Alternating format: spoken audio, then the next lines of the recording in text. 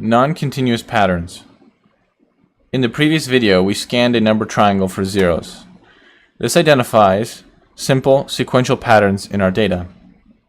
In this video, we'll begin to explore how we might expand this method to identify patterns that are not continuous in our data. A sequential pattern is when the index of the data matches the index of the function.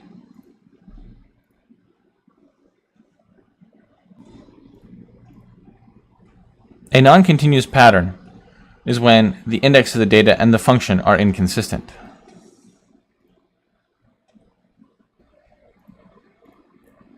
Let's use the number triangle to analyze this problem. Take a column with 3 unknowns. Let's assume this column is a quadratic function. Given Q, we can work backwards and define everything first in terms of C,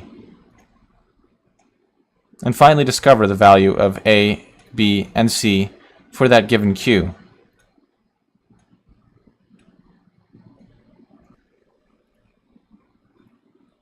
Let's work through an example.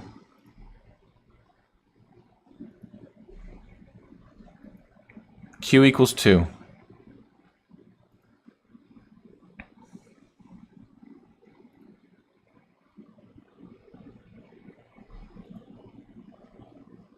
A equals -1, B equals -1, C equals 1.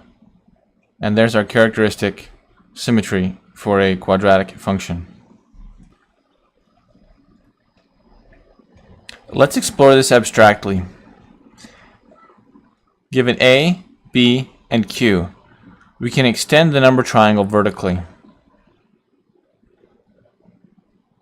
I find the resulting equations very interesting, and we'll see in future videos just how awesome they are.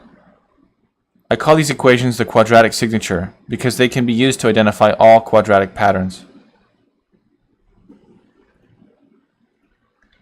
Let's design an algorithm that uses the quadratic signature to identify all the quadratic patterns in a block of data, where Q is an input range that we scan. Then we select any 2 points in our data. We can test all the other indexes in the data to see if they continue a pattern based on the first 2. To do this, we need to solve for A and B. We can interpolate each iteration of the function based on the equations for the missing indexes and compare them to our original data. When they match, it means we've identified a non-continuous quadratic relationship in our data.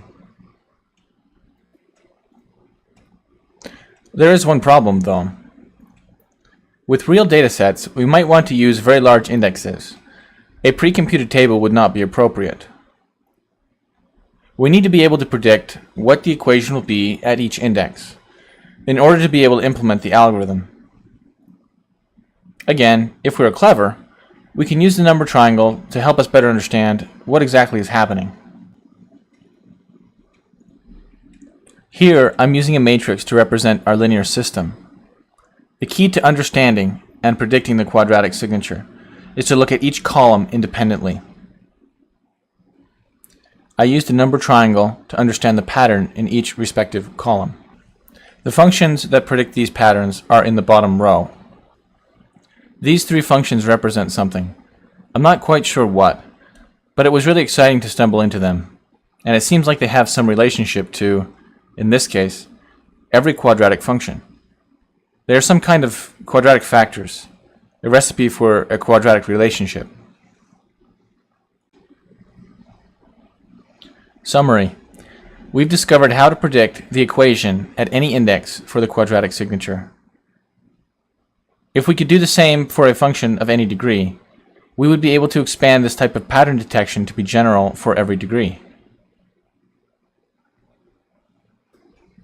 A web demo and JavaScript API related to this video are available at math.datadata.io.